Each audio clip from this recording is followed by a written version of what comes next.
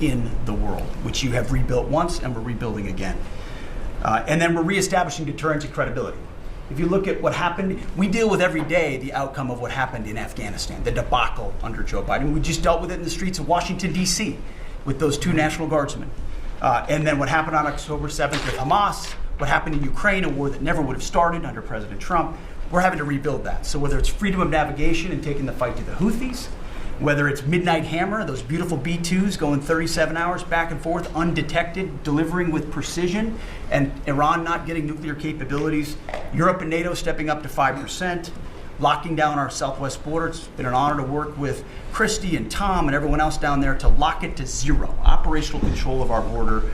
And then it's getting after and going after narco-terrorists and designated terrorist organizations in our own hemisphere. As I've said, and I'll say again, we've only just begun striking narco boats and putting narco terrorists at the bottom of the ocean because they've been poisoning the American people. And Joe Biden tried to approach it with kid gloves and allowed them to come across the border. Cartels take over community, 20 million people, hundreds of thousands of Americans poisoned. And President Trump said, no, we're taking the gloves off. We're taking the fight to these designated terror organizations, and that's exactly what we're doing. So we're stopping the drugs, we're striking the boats, we're defeating narco-terrorists, and we're standing... And Peter, you may say one thing, that drugs coming in through the sea by sea are down 91%.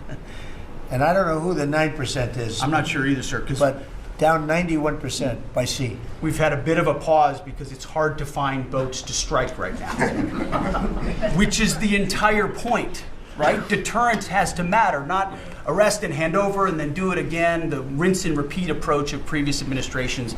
This is meant to get after that approach. And I will just end by saying, as President Trump always has our back, we always have the back of our commanders who are making decisions in difficult situations, and we do in this case and all these strikes.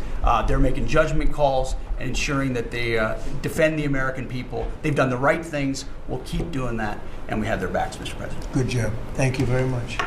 This is the News Drop, the world in minutes.